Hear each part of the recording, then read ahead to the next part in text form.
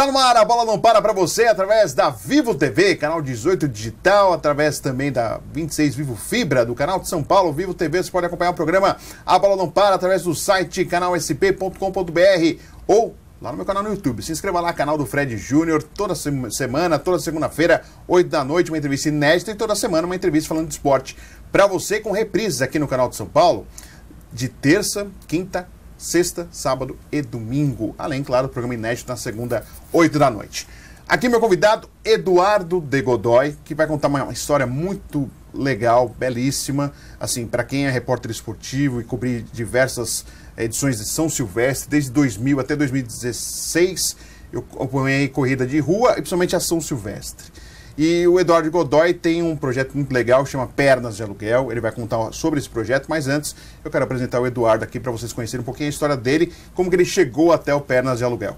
Eduardo, obrigado por estar aqui no programa, seja bem-vindo. Eu que agradeço o convite e o espaço aqui para divulgar um pouco o que a gente faz. Legal. Eduardo, antes de a gente falar do Pernas de Aluguel em si, Eduardo de Godoy faz o que? Você é ligado ao esporte, não é ligado ao esporte? O que você faz da vida, Eduardo? Não, eu sou um amante de esporte, né? Totalmente amador. Claro, gosto de futebol, eu jogo. Joga bem ou mais ou menos, Eduardo? Não sou ruim, não. É? Não passa vergonha? Não passo vergonha, não faço. Você joga o quê? Que posição você gosta de jogar? Eu gosto de jogar no meio de campo. Meio campo? Meio de campo. Mas já moleque, eu era lateral direito. Ah, é? A infância toda lateral direito. É. Goleiro não tem estatura para isso, né? Então, mas jogo no meio, até pela idade. Hoje eu sou da categoria do subóbito. Dos veteranos, jogo, né? Como disse, E Valeu, aí Oliveira, fala subóbito. Acaba correndo mais do que... por correr, né? A gente corre bastante. Sim, né? Mas é muito bom. E legal. adoro futebol, mas jogo squash também. Squash também, que é outro esporte movimentado, né? Gosto muito. Eu joguei tênis, no squash muito mais, se movimenta muito forte. Mas eu adoro esporte de assistir, gosto de tudo. Tá, que legal, que bacana. E a sua função, que profissão que você tem, Eduardo? Eu sou engenheiro eletrônico e também sou formado em gestão e gastronomia. Em gastronomia? Bom, uma coisa totalmente diferente da outra, né? Coisas, cada um por um lado. E você está exercendo os dois atualmente? Ou... Não. Hoje eu pratico pernas de aluguel mesmo. É o pernas de aluguel que... É o meu foco total. 100%? 100%. Pô, que legal, que bacana. E a gastronomia só você pratica em casa, né? Gastronomia é hobby, né? Cozinhar para namorada. Fazer uma graça, né? Fazer uma moral, né? Eduardo, é bom, né? Certo, é bom, ajuda.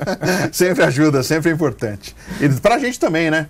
Comer bem sempre é bom, né, Eduardo? Sim, né? A gente adora comer, né? Então, isso faz bem, depois de uma idade, a gente vai tendo mais prazer em comer do que antes, né? Come mais devagar, aproveita mais a comida, o sabor, né? É assim, né? A gente vai ganhando com o tempo. E hoje a engenharia está de lado, a gastronomia é mais atuante do que a engenharia. Da engenharia, né? E a engenharia você exerceu por quanto tempo, Eduardo?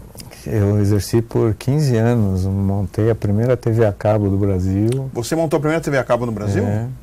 Pô, que legal. E aí... Tá aí, o que tem hoje TV a cabo... Hoje o canal de São Paulo na TV a cabo.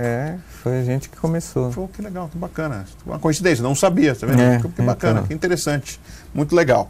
E aí, como que surgiu o Pernas de Aluguel? Ou você já fazia competições de corrida? Você já participava? Não, eu sempre achei que corredor de rua, que faziam aquelas distâncias de 10 quilômetros, era tudo idiota. É mesmo? Você achava? Porque eu não na minha cabeça... O foco que o cara tinha. Na minha cabeça não tinha propósito em alguém correr 10 quilômetros. Ou mais. Que o cara corre. É porque maratona é 40 quilômetros. 42, né? Se não tivesse, são 15 quilômetros, por exemplo. Então, não, mas 10 quilômetros... Para você já era um absurdo. Eu jogava futebol, então eu corria 4, 5 quilômetros para manter a forma e já ficava de saco cheio, já ficava entediado. Então, essa sensação que eu tinha... E eu via amigos meus que falavam, não, vamos correr uma corrida de 10 quilômetros. Eu falava, isso é coisa de idiota, é imbecil fazer isso. Mas assim... Você era revoltado mesmo, né? Meio radical. Nunca vou fazer isso. Pra quê? Não leva a nada. Sim. Então essa era a minha opinião. Hoje Hoje eu sou um dos idiotas, né? Sim, você se tornou um, eu né? me tornei um desses idiotas. Mas assim, você nunca teve vontade ou realmente não, isso? Nada. Nunca, porque quando eu corria... E você tinha no seu círculo de amizade pessoas que corriam e tal? Pouquíssimos, pouquíssimos. Quando eu fazia essas corridinhas, para me manter para o futebol, sempre amador, obviamente, eu ficava... Entediado, não era cansado. Entediado. Não aguentava mais correr mais um passo. Pra que ficar correndo? Porque era chato. Tá. Você não tinha motivação para correr? Não, era chato. E então era essa a minha mentalidade. Tá. Exatamente. Pernas vai fazer 6 anos agora em novembro. 8 anos atrás era essa a minha mentalidade. Caramba, coisa recente, a gente vai falar. É recente. Né? Então sempre achei, vamos correr, tal corrida, não, idiota demais. E aí, quando o meu pai faleceu, e quando fosse dar 1 ano do falecimento do meu pai, eu queria fazer algum esforço físico, para fazer uma homenagem física para o meu pai. Mas por que essa homenagem física? Seu pai tinha... Ele gostava de esporte? Não. Eu só veio na minha cabeça. Que forma que eu posso homenagear meu pai? Tá. Fazer para mim mesmo. Para você? Não para divulgar. Sem alarde, chamar a família? Nada disso. Uma coisa minha. Seria você com seu pai lá em cima. É isso. Só eu e meu pai. Era coisa minha. Totalmente minha. E aí eu pensei, vou correr a São Silvestre. Você pensou nisso? Meu pai faleceu em janeiro. Eu vou correr a São Silvestre, porque se 10 quilômetros já era uma imbecilidade no meu olhar, 15 quilômetros de São Silvestre era uma imbecilidade meia. E seria um esforço, porque... Sim. Você faria algo que você era totalmente contrário, seria realmente para mostrar que era uma homenagem. Ó, vou até correr a São Silvestre para fazer uma homenagem. Fazer algo além do que eu sou. Eu nunca tinha medido distância que... Eu não tinha como saber quanto você corre no futebol, no squash. Futebol de hoje profissional em torno de 6 a 8 quilômetros, dependendo do atleta. Mas a gente não tem noção, não sabia essas coisas desses relógios, GPS, não tinha, nem sabia o que era. O jogador tem que jogar de top porque tem o GPS. Até comentei ontem com os topzinhos. É meio estranho, mas fica feio visualmente demais. É estranho, mas é para segurar ali, para poder marcar passos, caminhada. E aí eu fui convidar um amigo meu, que eu sabia que ele tinha feito a São Silvestre anterior. Tá. E aquilo, 15 quilômetros. Isso que ano que era? Foi seria 2012 para 2013. Tá. Seria São Silvestre de 2012. Tá. Aí eu sabia que esse meu amigo tinha corrido a última edição da São Silvestre. Em 2011 ele teria corrido. Ele foi falar, você corre comigo? E eu não ia treinar, não ia fazer absolutamente nada, porque pelo squash e o futebol que eu já praticava, eu sabia que eu não estava preocupado em chegar. Tempo, em fazer em X horas ou X. Era só largar e chegar, né? Aí ele falou, não posso, porque eu vou correr na Disney. E aí tem um negócio que eu sou apaixonado por Disney. E eu vou até comentar depois, porque está todo mundo percebendo aqui. Dá para identificar. É uma coincidência muito. Dá para identificar. Eu tenho... Mas a minha paixão por Disney não é o fato do brinquedo, não é o Mickey, do personagem, é do universo, da magia, da estrutura, o que tem por trás. A forma que o Walt como Disney pensou, a forma ao como criar... é pensado, é isso que me atrai na Disney. Aquela coisa, tudo tem um significado, tudo tem um porquê, nada é por acaso. Sim. E quando é por acaso, puro, transforma em magia. Sim. Isso sempre me atraiu. Sim. E aí quando ele falou a palavra Disney... Porque até para o pessoal que está acompanhando a gente, existe, a Disney faz corridas, né? Com premiação, inclusive. Eu tenho um brasileiro que, inclusive, eu entrevistei na época que eu estava na Jovem Pan, que ele ganhava diversas vezes. Ele já ganhou 10, 15 edições, e as últimas sempre é brasileiro. Perdão que eu esqueci o nome, mas ele ganhava direto. Isso. Era a corrida da Disney, maratona da Disney, ele corria e conseguia completar. Então, e eu me achava um profundo conhecedor de Disney e não sabia que tinha corrida na Disney na época. Sim. Falei, como tem corrida na Disney? Se eu sei tudo... Eu só vi aquelas paradas, né? Que tem aquelas paradas. Eu sei tudo de Disney, como que tem corrida e eu não estou sabendo? E ele me contou que tinha essa... Até fazendo publicidade da Disney aqui, mas não tem problema. Que existia esse evento... Vamos ajudar o turismo, que não está fácil também. Que existia esse evento em que chamava Desafio do Pateta na época, em que você corria no sábado. Então, ó, dá até para brincar um pouquinho. Para você que achava que era uma idiotice... Tá tudo aí. O desafio do Pateta, né? O Pateta não do personagem. O Pateta. E o desafio do Pateta era, no sábado, correr uma meia maratona, 21 quilômetros, e no domingo, uma maratona, 42. Então, em 2 dias, você correria 63 quilômetros, que os 15 da São Silvestre ficou pequeno. Sim. Aí eu falei, poxa vida... Eu gosto do ambiente Disney.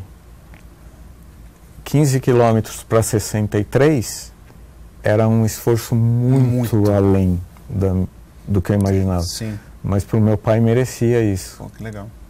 E aí eu falei, eu vou contigo, então. Eu abandono o projeto São Silvestre, eu vou contigo para Disney. Vamos.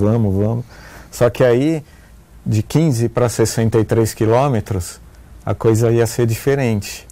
Eu precisava treinar. Sim. Não era, vou chegar e fazer isso. Não chega. 15 quilômetros você faz, você anda, Sim. Você chega. Pode levar um dia, mas você chega. Agora, 21 mais 42, aí eu fui para uma assessoria que falou, não, ninguém... Isso era meio do ano? Março. Tá. Ela falou, não, você tem muito pouco tempo para treinar para fazer isso. Seria pouco tempo para a maratona, porque assim, nunca havia corrido, né? Que eu venho correndo. Você fazer uma meia e uma maratona, né? Então, aí eu falei para a instrutora lá, falei, olha, você não tem nada a perder. Se eu não conseguir, você vai falar, eu te disse. Sim. E se eu conseguir, você vai falar, fui eu que te treinei. Pô, que legal. Então, para ela não tinha problema. Seria um incentivo. E o meu objetivo estava muito maior. O porquê daquilo, era essa homenagem que eu queria fazer. E aí comecei a treinar. Veio março, primeiras corridinhas, não sabia nada de como que escolhe um tênis, não fazia ideia o que era teste de pisada, comprava tênis pela cor, gostei desse azulzinho com vermelhinho. E durante esse processo de treino, eu me apaixonei por corrida. Pô, que legal. E aí que eu me tornei o idiota que eu achava que todo mundo era, porque é uma sensação. E eu aprendi que eu precisava de 4 quilômetros para ter uma carga de química das endorfinas, que dá o prazer da corrida. Como eu sempre parava antes, eu nunca tive aquela sensação química do corpo do que é correr um pouco a mais. E aí, quando foi junho, meu vocabulário só era corrida, só era onde vai ter, como vai fazer. Veio a primeira corrida de 5K, a primeira de 10, as voltas à ilha de Florianópolis, e um empolgamento muito grande que é contagioso esse negócio de corrida. Sim. Até então, pernas de aluguel não existia. Fiz o ano, chegou janeiro, fiz a homenagem para o meu pai, consegui completar as 2 provas, ganhei a medalha do Pateta, o êxtase total. Semana depois da corrida, esse mesmo amigo me manda um vídeo de um tal de Dick Hoyt, que ele é famoso, virou filme, que corre com o filho, ele faz Ironman com o filho, outro nível. Paralisia. Ele tem uma gravidade séria, uma deficiência séria mesmo. E eu nunca tinha visto. E eu vi aquele vídeo do pai chegando na chegada de uma corrida com o filho abrindo os braços assim. E eu já era, na época eu já fazia 12 anos, isso eu sou voluntário numa instituição que a gente atende crianças carentes com deficiência múltipla. Eu já tinha essa ligação ali. Eu não tenho nenhum parente com deficiência, nada. Como voluntário. Era uma coisa que eu já fazia como voluntário naquela época há 12 anos. Né? A hora que eu vi aquela imagem e eu já estava com aquele êxtase de corrida contaminado, contaminado é uma palavra feia, mas era no bom sentido, eu falei, poxa vida, eu tenho meus amigos que correm, eu tenho essa galera com deficiência, por que não levá-los para eles terem essa sensação? Então eu vou esperar, o Eduardo vai no próximo bloco, aí sim contar do Pernas de Aluguel. Eu quis mostrar essa história, esse início, essa caminhada. Vamos para o intervalo e no segundo bloco vamos saber mais do Pernas de Aluguel, que é um projeto excepcional. Eu, quando tive contato, quando eu vi na televisão, achei sensacional. Eu já tinha mandado uma mensagem para o Eduardo antes, aí teve a pandemia, para poder ele trazer e participar aqui do programa. Vamos ao intervalo e já voltamos com o Eduardo de Godoy aqui no programa Bola Não Para.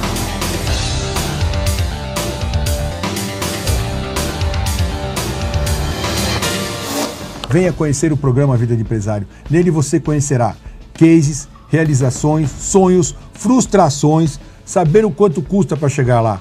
Você tire suas dúvidas, suas dificuldades. No programa Vida de Empresário você conhecerá tudo isso. Inscreva-se no nosso canal, deixe seu like e não perca o nosso programa.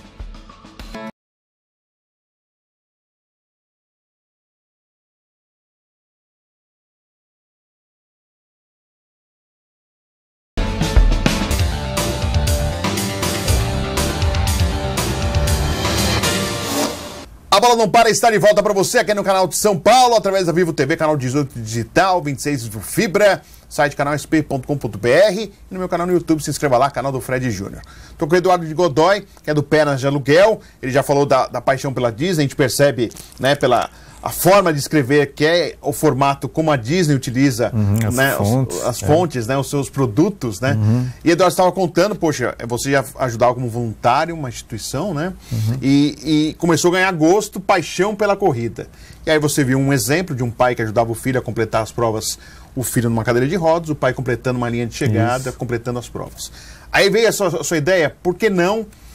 Você tentou pesquisar se aqui tinha, não tinha algo assim? Eu não fiz uma pesquisa se existia. Tá. Mas eu nunca tinha ouvido falar disso até esse vídeo.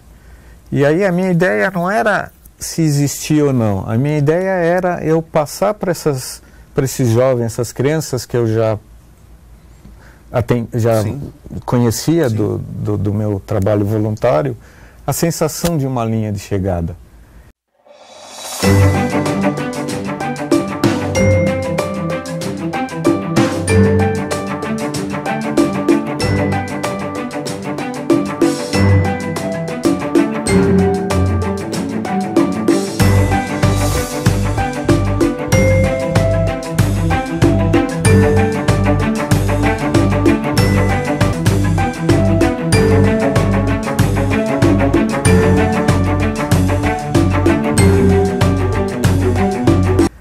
E aí levei um ano da ideia para execução da primeira corrida, né? Eu soube também, eu pesquisei, é óbvio, né, Eduardo? Você foi bater de porta em porta para tentar arrumar as cadeiras? A dificuldade, eu imaginava que seria muito fácil ir numa loja que vende cadeira de rodas. Olha, tem essa ideia, o cara abraçar a ideia e conseguir. Achei que seria muito fácil falar com a galera que corria comigo, me acompanhar. E foi o inverso. O que eu achava que era difícil foi fácil, o que eu achava que era fácil foi difícil. Cadeiras de roda, vende cadeiras de rodas, mas não cadeiras de corrida. Sim. Não existe mercado para isso. Então isso não é fabricado, não é produto de prateleira. E quando te oferecem de fora por $10 mil, uma que não tem o propósito. Claro. Ela não é de competição, ela não precisa ser de fibra carbono. Sim. Não pode custar o valor de um carro. O símbolo é chegar, né? Não é chegar em primeiro, né? Porém com segurança. Sim, claro. Porque você correr com uma cadeira de rodas é muito perigoso. Sim, aliás, infelizmente até na São Silvestre já teve casos, mortes, né? Mas descendo ali em direção ao Pacaembu. Isso que era cadeira de corrida mesmo. Sim. Então eu sabia que eu não poderia ter cadeira de rodas comum para correr. Tá. Até porque asfalto é irregular, não dá. Mas foi uma dificuldade até que eu consegui, em São José dos Campos, um fabricante que fazia artesanalmente. Que era muito mais barato. Não, nem comparava com 10 mil dólares, ia para real mesmo. E começou a se tornar realidade o que você pensava. Começou a fazer, aí eu lembro que nós corremos a primeira prova no dia 2 de novembro de 2014. Qual prova que foi? Do circuito Atenas. Já fomos para meia maratona. Ou já foi caprichar. Se é para fazer, se é para ser idiota, vamos ser idiota. Fizemos uma meia maratona com um grupo de pais que já eram pais corredores que tinham triciclos, que eu acabei conhecendo no processo. Aí você começou a ter contato com pessoas que eles já levavam os filhos deles. Então eu levei um garoto do Rainha da Paz, que é essa instituição que eu sou voluntário, e 4 pais com seus filhos. Fizemos uma corrida em 5 voluntários do Pernas de Aluguel, que eu comecei a imaginar isso, eram 5 apenas. Você teve dificuldade para arrumar voluntário também? Tive dificuldade, que eu achava que todos os meus amigos de corrida... E topariam fácil? Sim. Inclusive esse amigo meu que me mostrou tudo, que me levou para Disney, nunca participou do Pernas, né? Mas é curioso. Porém, eu fiz outros 8 mil amigos, entre aspas, por esse projeto. Claro. Você fez novos amigos. Novos amigos, mas com uma qualidade incrível. Os voluntários do Pernas de Aluguel, eu falo que é o maior patrimônio do Pernas de Aluguel, são os voluntários. Bacana. E aí veio toda essa coisa de promover voluntariado, de mostrar que deficiente físico não é coitadinho. Porque quando eu já estava com 12 anos de experiências de conviver, né? De conviver com deficiente físico, que se voltasse 12 anos atrás, a minha sensação era de coitadinhos, de pobrezinhos, ai que pena. Então a gente quer mostrar isso, a gente brinca que a gente faz bullying inclusivo, que a gente tira sarro deles porque o time dele perdeu, a gente vai lá e tira sarro, por que não? Sim. Né? E aí surgiu, fizemos a corrida no dia 2 de novembro, essa 21K da Atenas. O triciclo eu peguei na quinta-feira. Na sexta-feira eu fui por um cadeirante para ele me falar o que ele achava. Sim. No sábado fizemos um teste de esforço e a corrida foi no domingo. Então foi tudo muito em cima. E a simbologia da linha de chegada, você pensou nisso? Quando... no momento não. No momento não. Tá. Quando esse garoto cruzou a linha de chegada, ele levanta os braços exatamente como no filme, como no vídeo que eu tinha assistido. Caramba. A sensação que ele teve, e eu não sou psicólogo, não tenho nenhuma formação nesse caminho para interpretar, mas ele, a irmã dele me falou, ele não dormiu na noite anterior. Ansioso. De ansiedade. E um corredor, quando tem uma prova mais significante, ele também fica ansioso. Ele estava numa empolgação, ele se emocionou, ele brincou o percurso todo, ele fez aquele gesto de vitória, ou seja, a gente transmitiu... Ele curtiu tudo que tinha. Você conseguiu transmitir para uma pessoa que nunca estaria num ambiente de corrida a sensação de um atleta normal. Sim. Então, isso é mágico. E tem a outra magia, que é quem está do lado dele... Que está proporcionando isso. Que está proporcionando isso, aquela sensação extasiante que é passar uma linha de chegada, ela ganha um peso muito maior também. Mas isso não foi planejado, isso... Foi sentido. Foi sentido. E aí, a partir dessa corrida, eu falei, não, é isso que a gente tem que fazer. Que legal. Tinha na época 200, eu chamo de crianças, mas é tudo que é idade, 200 crianças atendidas. Falei, tem que fazer isso para todas. E aí foi surgindo um pessoal de de Belo Horizonte quis montar um Pernas lá, Campinas, então a gente expandiu. Cresceu o negócio. Cresceu. Tá em São Paulo, Campinas e Belo Horizonte. Todos voluntários. Todos voluntários, e a gente tem os atletas, nossos atletas deficientes, são ou de instituições que a gente apoia, ou de pais que vêm em programa e entram em contato. É possível isso, Eduardo? Assim, poxa, eu tenho meu filho, ou conheço alguém que tem alguma paralisia, algum problema, eu gostaria que... Existe todo Quando eles são das instituições, as instituições já sabem que aquele pode praticar a corrida.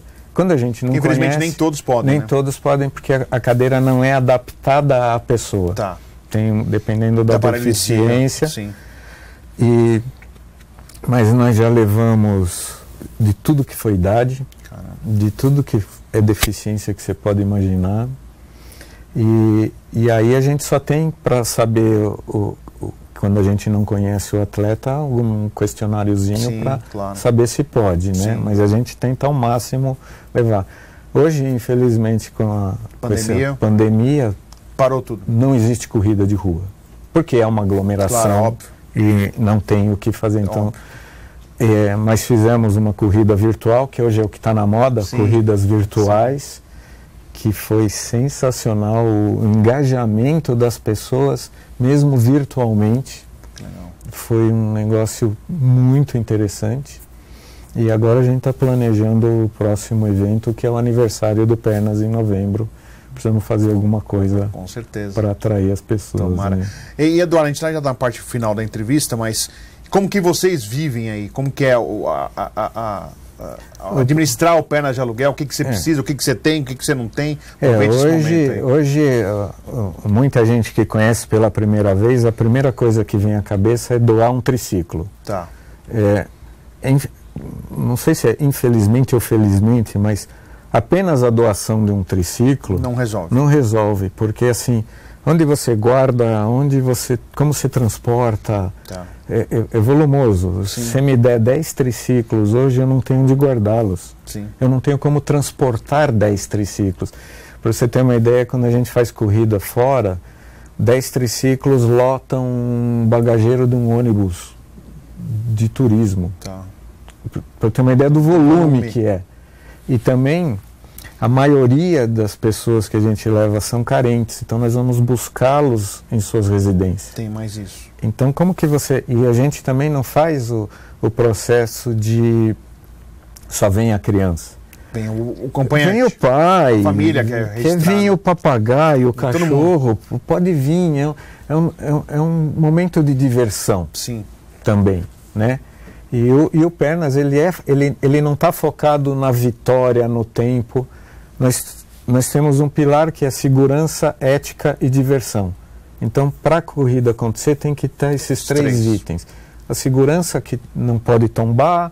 A ética, porque quando você está com alguma minoria, você tem que ter um jeito de mostrar e de condução. E a diversão, que se não for para se divertir, não tem razão não tem propósito. Então é isso. Então não é só o triciclo.